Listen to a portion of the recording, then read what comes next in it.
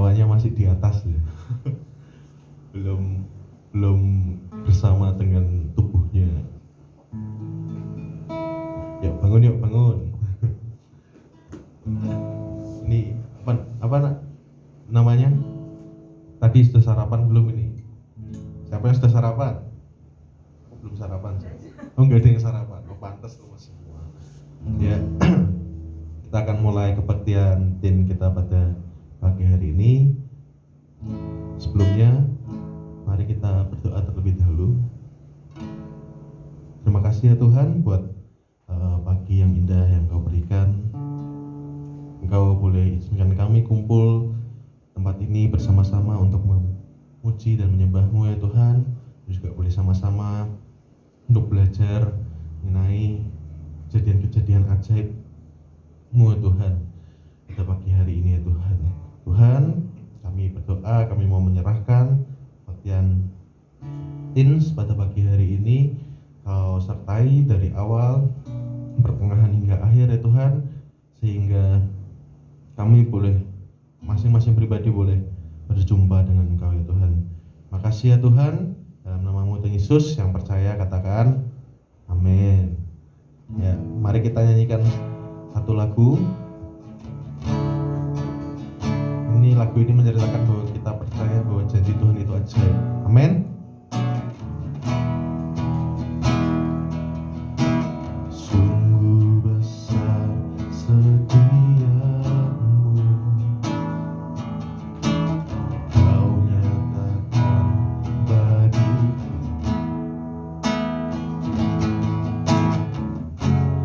Kau Bapa yang selalu mengerti isi hati.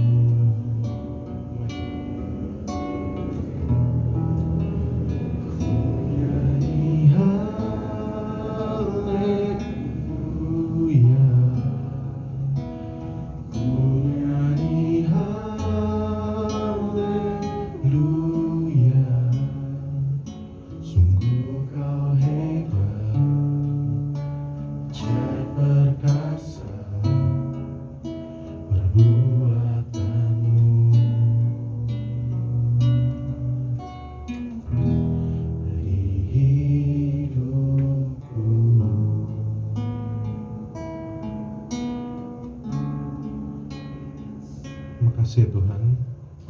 Sekali lagi kami berdoa ya Tuhan. Kami tahu Engkau beserta kami ya Tuhan. Maka dari itu kami tidak boleh takut ya Tuhan. Kami tahu Engkau penghibur kami ya Tuhan. Maka dari itu kami tidak boleh cemas ya Tuhan. Terima kasih ya Tuhan buat anugerah-Mu itu ya Tuhan.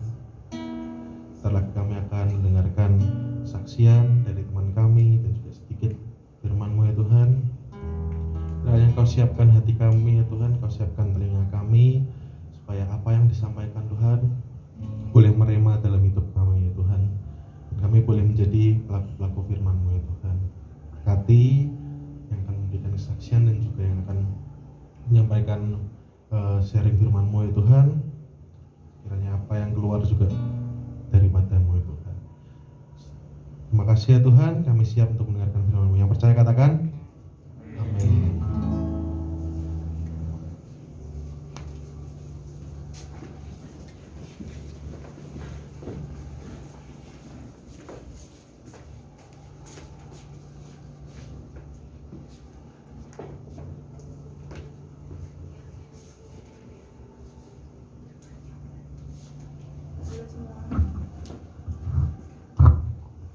Halo semuanya. Halo. Oke, hari ini kita spesial karena ada teman yang akan mau kesaksian. Saya langsung panggil aja ya. Devi, let's go. Oh itu, tolong ambil mic dulu di Iya.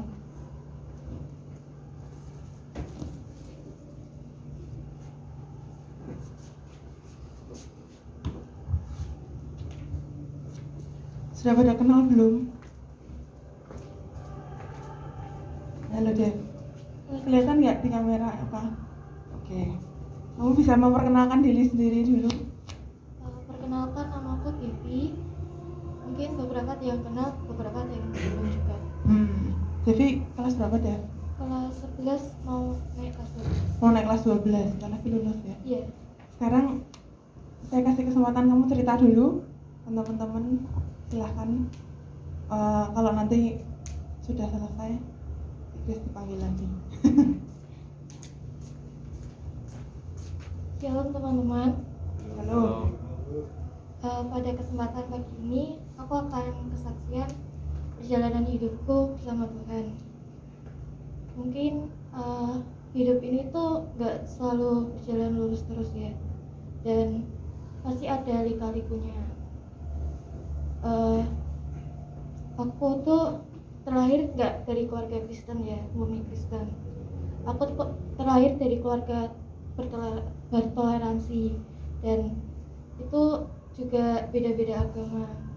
Orang tua aku juga berbeda, dan aku juga mau ikut Tuhan tuh juga karena berkat Tuhan juga. Sebelum aku mengenal Tuhan tuh kayak rasanya kayak bimbang, takut dan khawatir. Jujur rasanya tuh kayak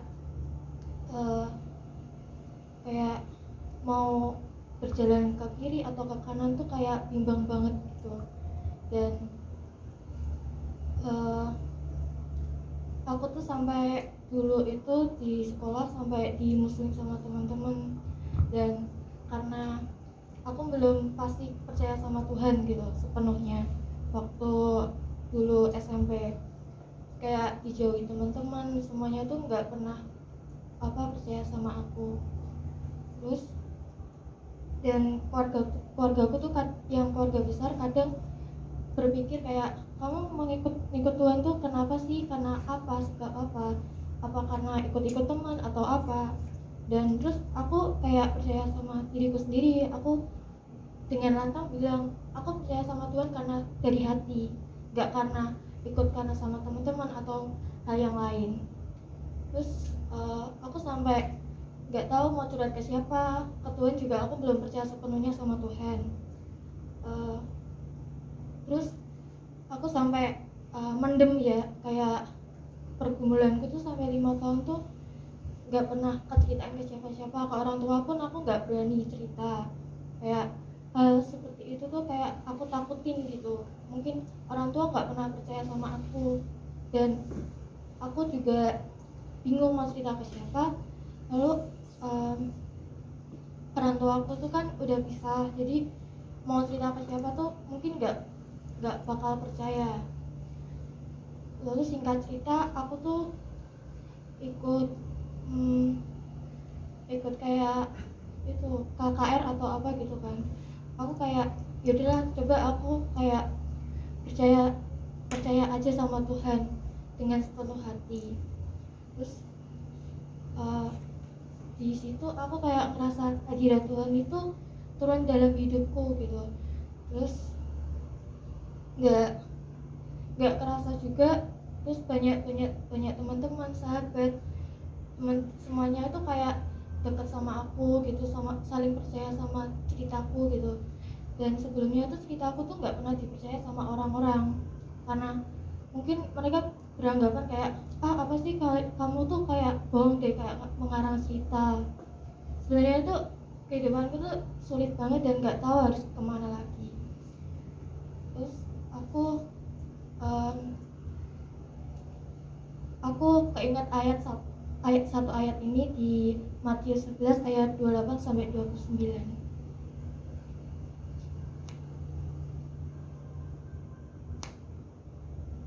Mari kita baca bersama-sama. 1, 2, 3. Marilah padaku semua yang letih lesu dan berbuat berat, aku akan memberikan kelegaan padamu. Pikulah rukuk yang kupasang dan berjalanlah kepadaku, karena aku lemah lembut dan rendah hati, dan jiwamu akan mendapat ketenangan. Di dalam ayat ini aku merasa terpikirkan kayak, oh ya, hidupku tuh nggak selalu terbeban berat terus. Tuhan tuh selalu menolong dan menopang dalam hidupku.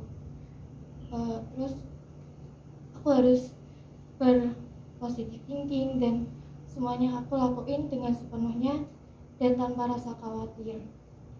Dan di umurku sekarang ini yang ke-17 tahun, aku udah percaya penuhnya sama Tuhan dan menyerahkan hidupku mengikut dengan Tuhan. Juga keluargaku semuanya juga ada yang mau support aku, juga teman-teman, sahabat, dan semuanya itu juga mau support aku. Terima kasih. Oke, terima kasih Devi. Sebelum pergi di situ dulu. Kan tadi kamu bilang dimusuhi sama teman-teman ini, kalau kamu mau cerita aja. Maksudnya kamu dimusuhi itu mereka nggak ada yang mau temenan sama kamu gitu? Iya, nggak ada yang mau temenan. Kenapa alasannya? Karena mereka bilang kayak, kamu nggak percaya sama Tuhan sih. Oh, jadi kamu pergi ke sekolah Kristen dulu? Iya. Oh, kamu ke sekolah Kristen, terus karena mereka taunya kamu bukan orang percaya Tuhan, mereka nggak mau teman sama kamu. Iya. Gitu. Oke. Terus kamu misalnya berusaha cerita-cerita tentang kehidupanmu, nggak ada yang percaya gitu? Sebelumnya nggak ada yang percaya, terus sekarang udah ada yang percaya. Sekarang sudah percaya gitu. Sekarang berarti kamu sudah punya teman baik di sekolah? Iya. Iya, oke. Nah, yang kamu tadi bilang kamu memutuskan untuk aku mau ngikut Tuhan sepenuhnya.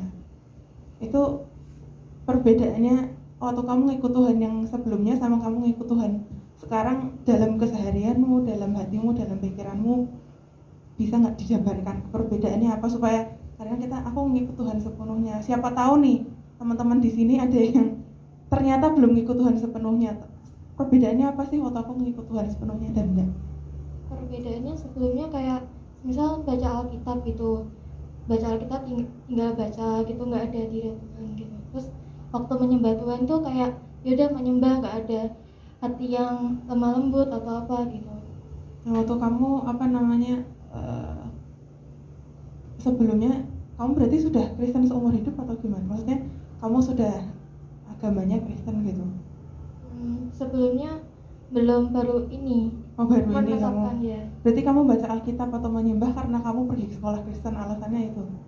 Iya. Kalau misalnya nggak sekolah Kristen berarti mungkin kamu juga nggak baca Mungkin Alkitab. enggak. Mungkin enggak ya. Nah, terus yang kamu tadi bilang, kamu dari ayat itu ya, kamu sudah meletakkan bebanmu kepada Tuhan gitu. Apa yang kamu keseharianmu gitu, yang caranya komunikasimu dengan Tuhan ketika kamu kayak merasa penuh beban, pikiran-pikiran itu muncul atau apa, itu gimana? Kalau misal aku punya pergumulan gitu, jadi aku ya cerita sama Tuhan, meluangkan waktu buat Tuhan saat itu begitu, dan juga baca Alkitab, kebenaran firman Tuhan juga. Berarti kamu spend more time saat teduh dengan Tuhan setiap hari gitu ya? Iya. Itu menurutmu berarti kunci kedekatanmu sama Tuhan apa?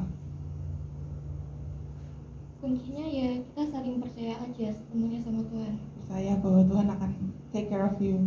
Iya. Dan oke, thank you Devi. Tepuk tangan semuanya sekali lagi. Oke, nah seperti yang tadi sudah kita nyanyikan ya, Tuhan tuh punya janji. Selalu Tuhan janjinya banyak ya. Salah satu janjinya seperti yang ditunjukkan di ayat yang tadi. Saya baca sekali lagi ya, Matius 11 ayat 28-29. Dia bilang gini, marilah kepadaku semua yang letih lesu dan berbeban berat. Ini janjinya dia. Dan Tuhan kalau janji akan ditepati kan, amin. Dia bilang, kamu kalau letih lesu berbeban berat, datang kepadaku. Aku akan memberikan kelegaan kepadamu. Contohnya nih, kamu kalau haus, ngelak gitu, terus kamu minum air, kamu merasakan kelegaan kan? Iya enggak? Kok semua diem? Iya. Terus kalau kita lapar, kamu terus makan, rasanya enak banget, ya enggak? Kamu habis jalan di luar dari sekolah pulang naik bis atau angkutan, kamu nyantri nunggu bis, keringetan, terus sampai rumah kamu mandi, merasakan kelegaan. Itu hal paling simpel dalam hidup kita ya. Itu hal super simpel yang kita bahkan enggak mikirin.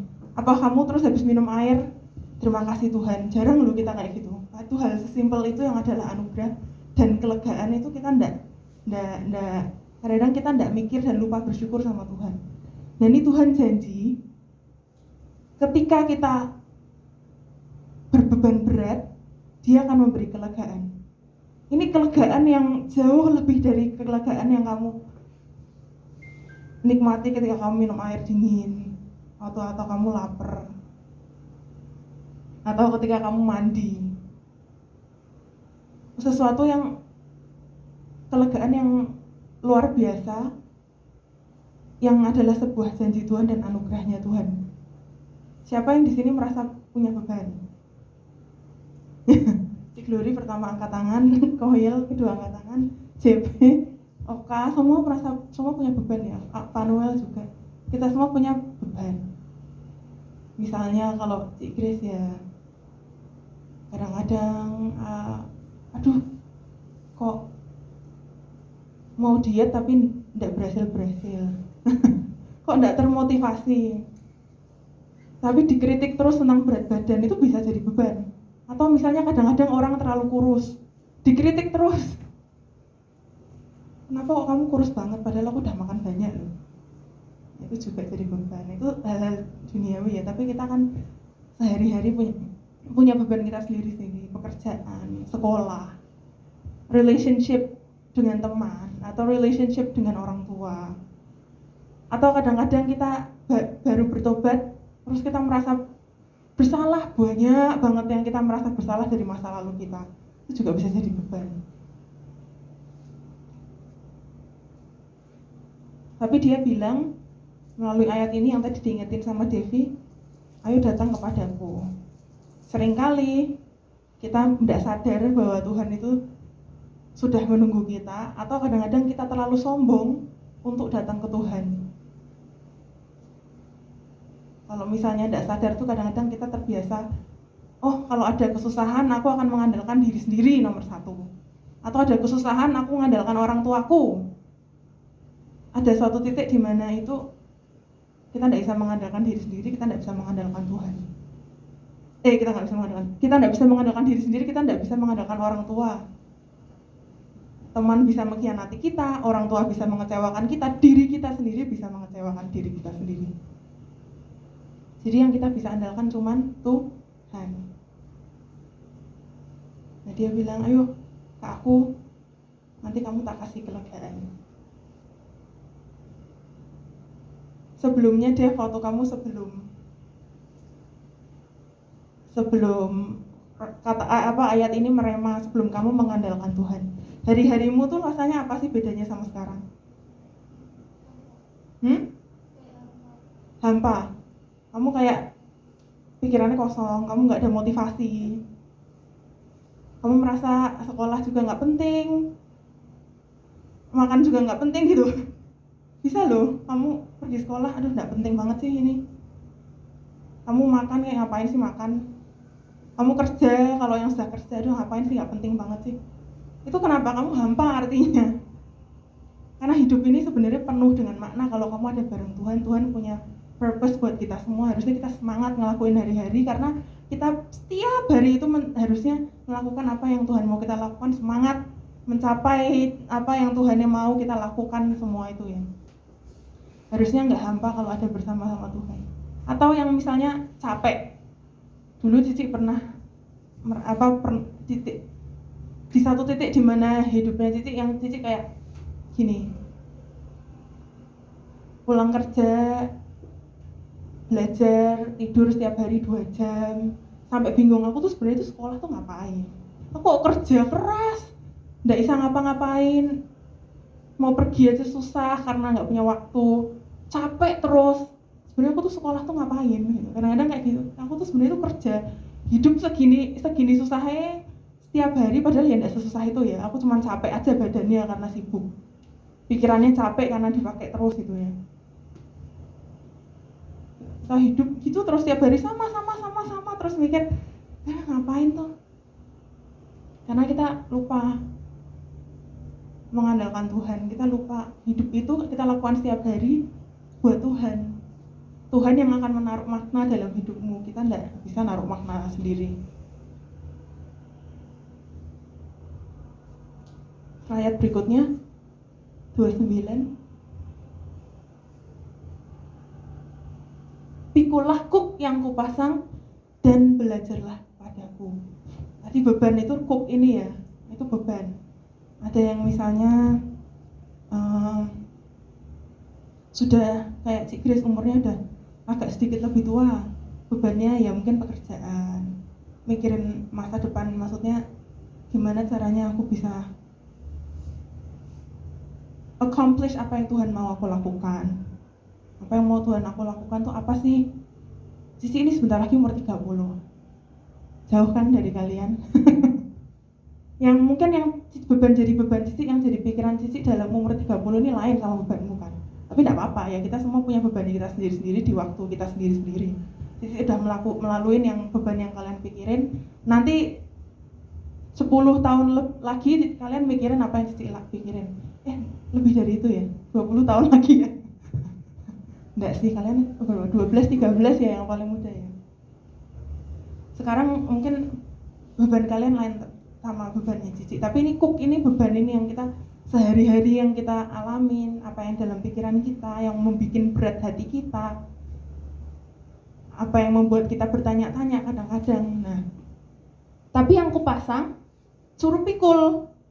Bukan kita aku gak peduli sama hidup. Bukan gitu. Dia bilang pikulah kuk.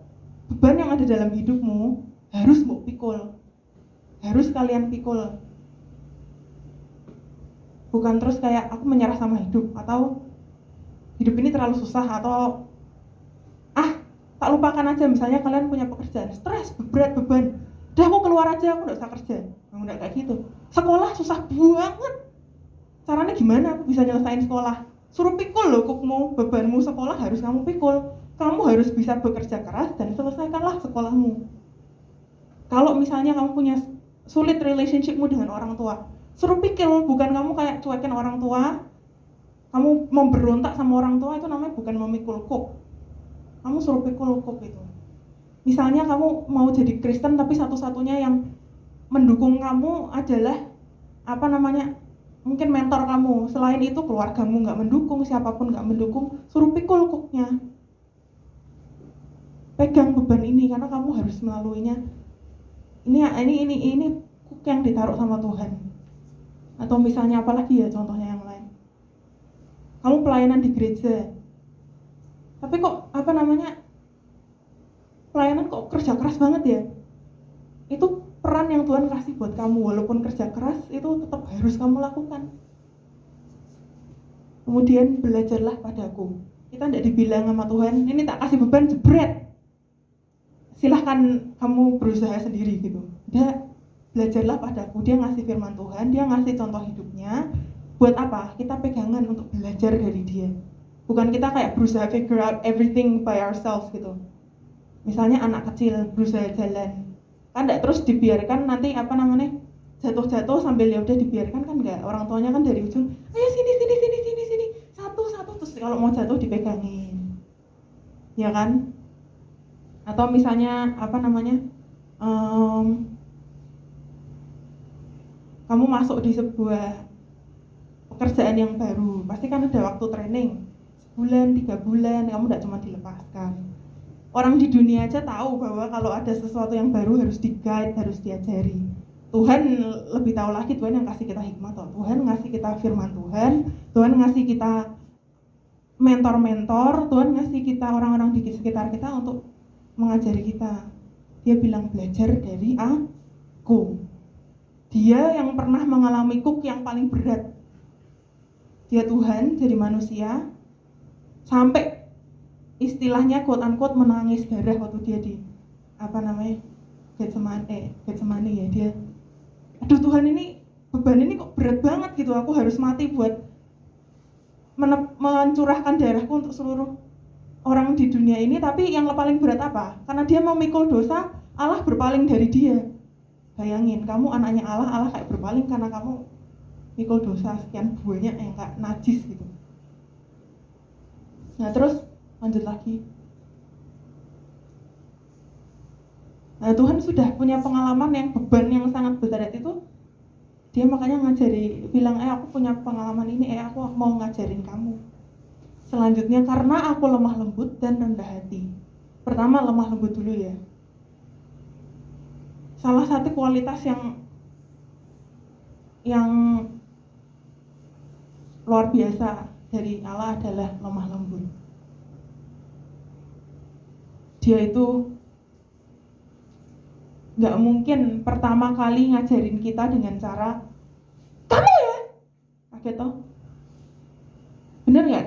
Tuhan tuh pertama pasti ngomongnya dengan lemah lembut, dengan dijawil-jawil, dikasih tahu dengan bisikan-bisikan, melalui dorongan-dorongan. Nah nanti suatu kali kalau itu sudah tidak mempan, ya mungkin sama Tuhan dikasih herdikan ke kita karena kita mempan. Tapi pertama dia pasti lemah lembut ngajarin kita. Terus tidak sabar. Contohnya misalnya Cik Glis belajar nyetir. Misalnya Cik Glory bisa dengan 2 cara. Satu, lemah lembut, jangan gitu. Atau kayak ada kan yang orang terus malas belajar nyetir karena dimarahi terus sama yang, yaitu Vanuel cerita ada yang kamu belajar nyetir orangnya marah-marah itu loh. Terus jadi kayak malas tuh belajar nyetir, kamu dimarah-marahi padahal kamu udah ngerti.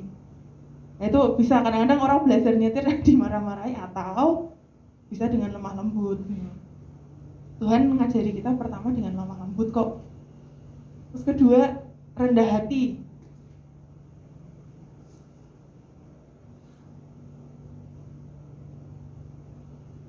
Iya, Tuhan itu punya firman buat kita ya. Dia punya perintah buat kita. Tapi Tuhan juga ngasih kita free will ya. Dia nggak terus asal kayak kamu dipaksa harus ngelakuin ini, enggak. Dia let us choose. Dia let us take actions gitu ya. Terus jiwamu akan mendapatkan ketenangan.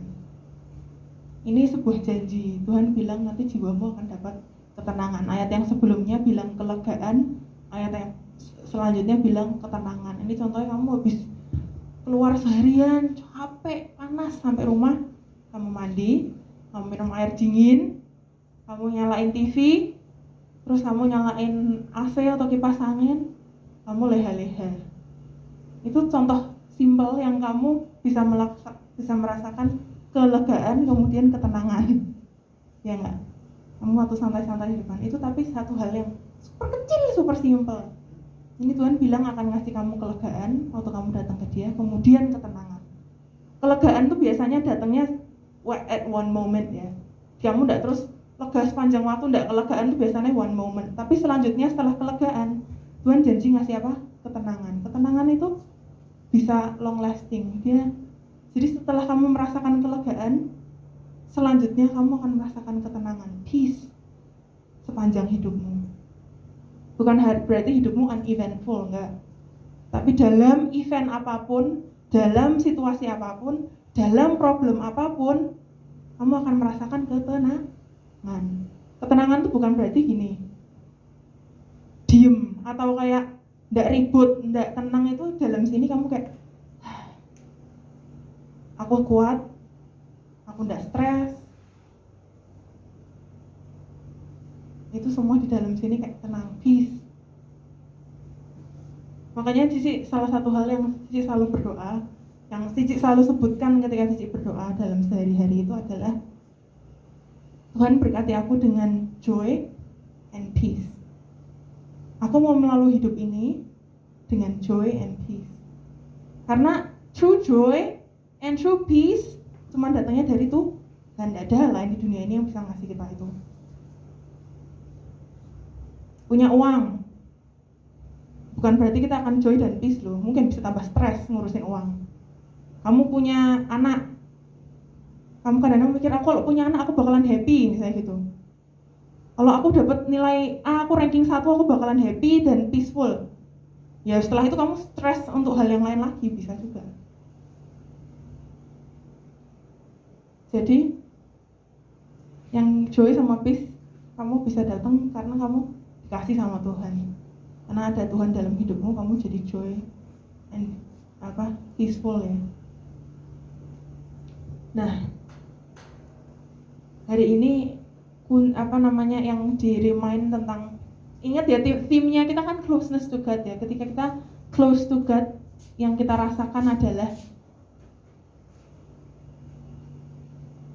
ketenangan dan kelegaan karena kita mengandalkan Tuhan. Kemarin waktu Cici tanya sama si Devi, salah satu yang Devi bilang, aku tuh gak perlu khawatir dalam hidup karena aku bisa mengandalkan Tuhan dan Tuhan itu sahabatku. Ada gak momen dimana kamu sendiri? Ya ada mungkin. Gak tahu mau cerita sama siapa, gak tahu mau ngomong sama siapa. Sahabatmu itu ya Tuhan. Kekhawatiranmu bisa kamu letakkan sama Tuhan.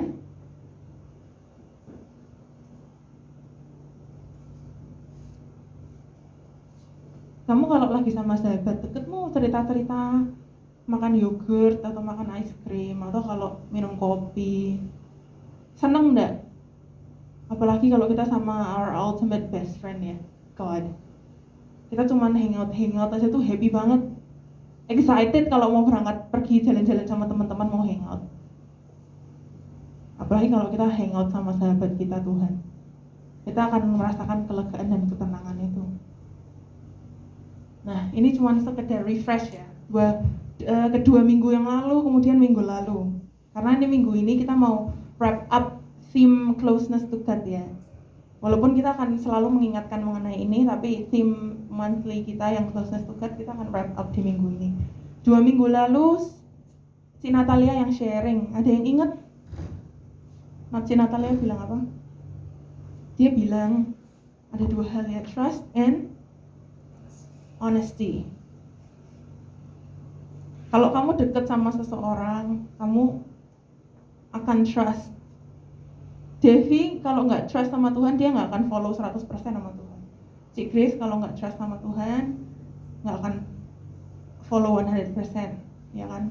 Kamu kenapa bisa follow 100% fully seseorang atau Tuhan? Karena ya kamu trust Him completely. Bahwa trust His promises, trust bahwa sacrifice yang Dia buat itu buat kamu, trust that you're the chosen one. Tuhan memilih kamu untuk kenal sama Dia. Yang kedua, honesty. Sebenarnya itu ini kayak gini. Seringkali kita pikir kita bisa hide from God. Kita bisa hide dari orang, kita nggak bisa hide dari God. Tapi Tuhan tetap minta kita punya honesty, walaupun kita tuh sebenarnya Tuhan tahu semuanya. Tapi He wants us to be honest. God, I need you. Tuhan, aku tuh lemah. Tuhan, aku tuh berdosa. Tuhan, sorry. Ampuni aku. Tuhan, di dalam pikiranku yang orang lain tidak tahu tuh aku mikirin ini. Dalam hatiku yang aku tidak tahu tuh aku kecewa tentang ini. Tuhan, di dalam kesendirianku yang orang tidak tahu tuh aku ngelakuin ini. Honesty itu yang Tuhan minta. Walaupun Dia tahu loh. Kadang-kadang cuma papa mama contohnya ya. Kamu misalnya dikasih makan, suruh makan bawangnya mbok buang. Mamamu sebenarnya tadi lihat, tapi dia nggak bilang apa-apa. Dia nunggu kamu bilang, mah bawangnya tak buang, diem. Atau kadang-kadang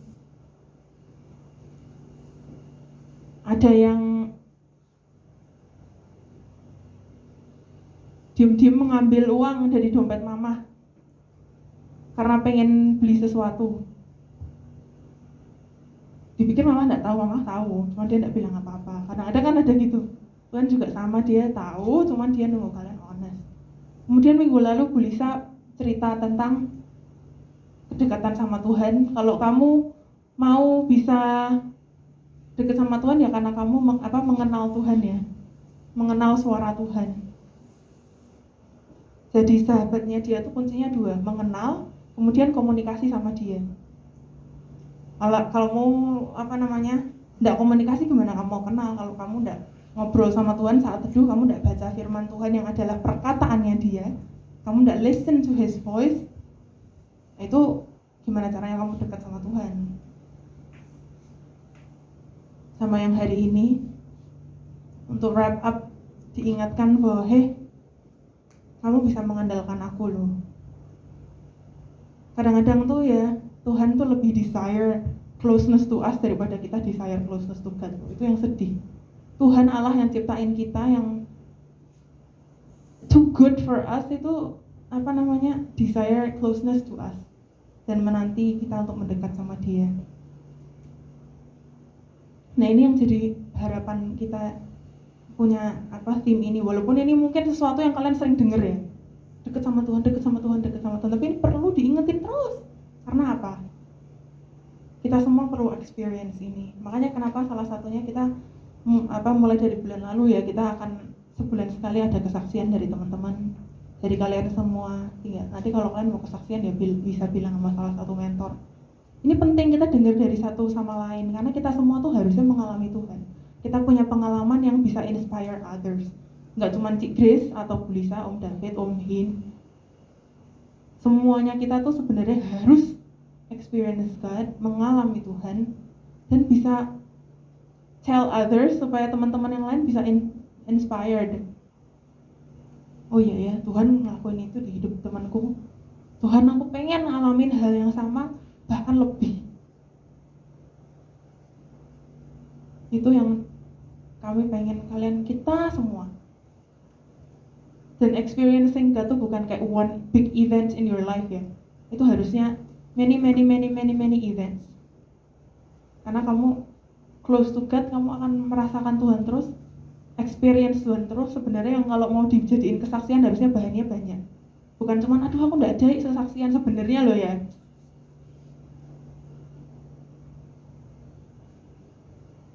Anugerah Tuhan terus dalam hidup kita. Jadi harusnya kita kalau ngomongin experience sama Tuhan harusnya kita banyak. Yang kita bahkan mungkin tidak sadar. Ya makanya perlu direnung-renungkan sering-sering ya. Anugerahnya Tuhan dalam hidupmu tuh apa saja sih? Yang sudah tak alami sama Tuhan tuh apa saja sih?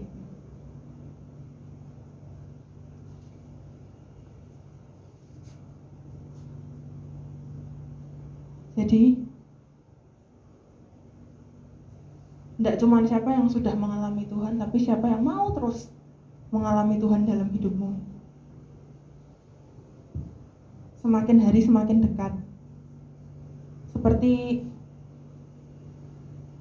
Makanya kan suami istri kan dibilang seperti gambaran jemaat Tuhan dengan Allah ya, dengan Tuhan ya. Suami istri semakin hari semakin mengenal. Kadang-kadang tuh saya lucu ngeliat papa mama pergi ke restoran, bahkan nggak bilang, papaku tuh nggak bilang mau makan apa. Mamaku tahu pesen apa exactly untuk papaku tanpa harus tanya dia mau pesen apa. Dan yang dipesanin mamaku, kenapa kok nggak pernah salah gitu loh? Ya karena mereka kenal each other. Mamiku kenal papaku. Waktu itu saya juga makan sama Vanuel sama Om Freddy, Tante Yunika juga sama. Tante Yunika pesan apa aja tepat seperti yang Om Freddy mau. Itu padahal manusia yang cuma suami istri ya, mungkin hidupnya bersama 30 tahun, 20 tahun gitu. Gimana nah kita harus bisa kenal sama Tuhan sampai kita tahu hati dan pikirannya. Nah itu yang saya hope kita bisa alami bersama ya. Saya juga alami, Anda semua juga alami satu-satu. Amin. Tuhan, seperti lagu ini bilang, Tuhan ini kerinduan kami. Ketika kami buka mata, kami memandang wajah-Mu, kami terkagum Tuhan, gak ada yang seindah dan sehebat dan sebaik Engkau dalam hidup kami. Ketika saya melihat hidupku Tuhan, lihat ke belakang, itu semua karya kebaikan-Mu. Dan kami merasa tersanjung karena kami tidak layak, ini semua anugerah melebihi dari yang kami layak Tuhan. Dan oleh karena itu kami bersyukur. Oleh sebab itu Tuhan, kami ingin mengenal Engkau, semakin dekat dengan-Mu, melebihi semua yang kami kenal, bahkan orang tua, bahkan saudara-saudara kami, bahkan teman baik kami kalau sudah menikah, bahkan suami istri kami ingin mengenal Engkau jauh melebihi itu semua. Dan kami mau hidup sebagai penyembah-penyembah-Mu Tuhan. Hidup kami ini intinya satu, sebagai Engkau Tuhan, kami jadi hamba dan penyembah-penyembah-Mu Tuhan. Tuhan biar ini jadi rema dalam hidup kami, dalam hati kami, dalam pikiran kami. Kami ngerti Tuhan,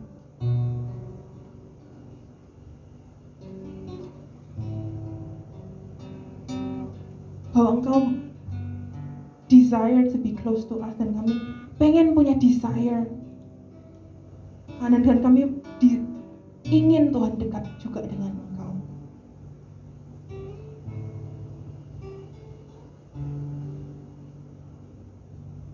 Kami mau percaya sepenuhnya dengan Engkau Tuhan. Kami mau jujur, honest, terbuka 100% dengan-Mu. Engkau bisa lihat semua isi hati dan pikiran dan perbuatan kami Tuhan. Kami mau kenal suara-Mu, kami mau kenal isi hati-Mu. Kami mau jadi sahabat-Mu Tuhan yang berkomunikasi terus dengan-Mu. Dan kami mau mengandalkan-Mu Tuhan, karena kami tahu Engkau menjanjikan joy, Engkau menjanjikan kelegaan, dan Engkau menjanjikan ketenangan seumur hidup kami ketika kami ada bersama dengan Engkau.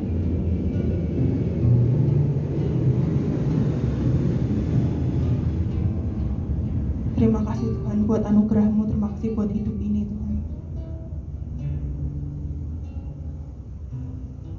Kami mau dedikasikan hidup kami Tuhan untuk Engkau. Karena hidup kami ini pilihan, hidup kami ini berkualitas, penuh makna, penuh tujuan. Karena Engkau Tuhan create kami, memberikan tujuan buat kami.